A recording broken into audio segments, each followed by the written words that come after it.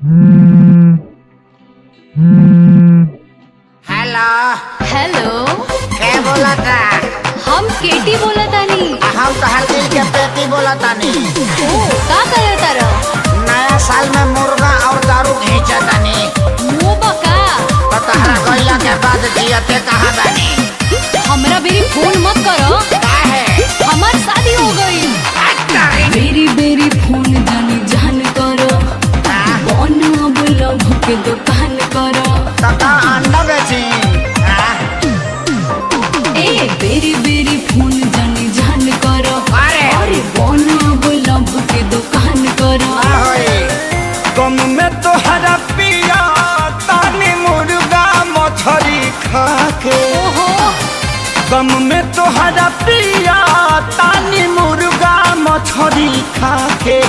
नया साले में करब बवाल वो तारा ससुरा में आके। नया साले में करब बवाल वो तारा ससुरा में आके। ना बाबा ना।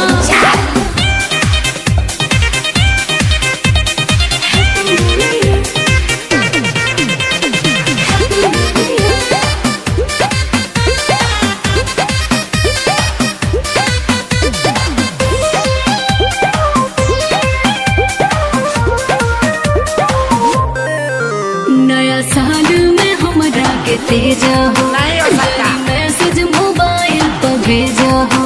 कभी नहीं होगा। पूछो। हाँ। नया साल में हमरा के तेजा हो। जनी मैसेज मोबाइल पर भेजा हो। तो जब ले जियब जानो नंबर ना डिलीट करब हो। तहरा योइला के अब नाही रेट करब हो। पिटवैबो तू। सभे अपना लभरी संगे नाचता हिला के। तो नया साले में करब बवाल हो तारा ससुरा में आके। मरद मारी लगी। नया साले में करब बवाल हो तारा ससुरा में आके। Happy new year. Happy new year.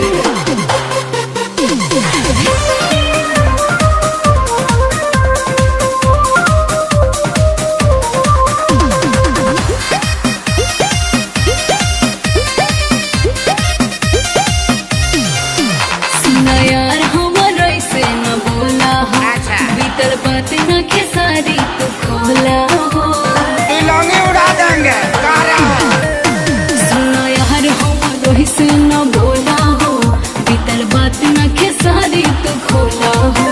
Sonu Yadav राज के अब दया सर पड़ी ना। जब ले देखब नाही जान हमके दारू चढ़ी ना।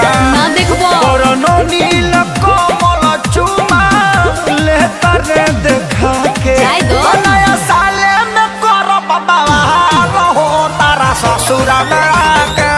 पगलाइए गइलो। नया साले में करब बवाल हो तारा ससुरा में आके।